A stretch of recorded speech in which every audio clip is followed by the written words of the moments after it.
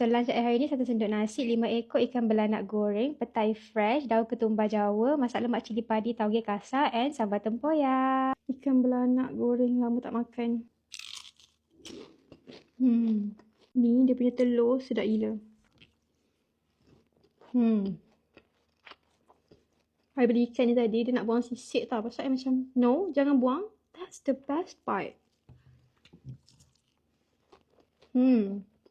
Petai. I dah lama gila tak makan petai fresh.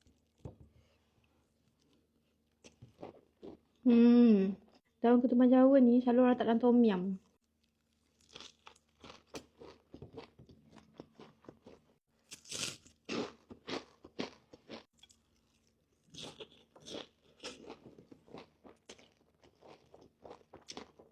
Nak minta maaf dekat ikan selar dengan ikan bawal sebab ikan belanak is my top one sekarang.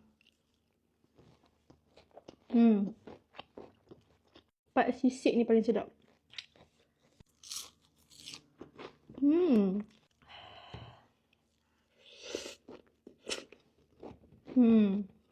Suapan kegembiraan.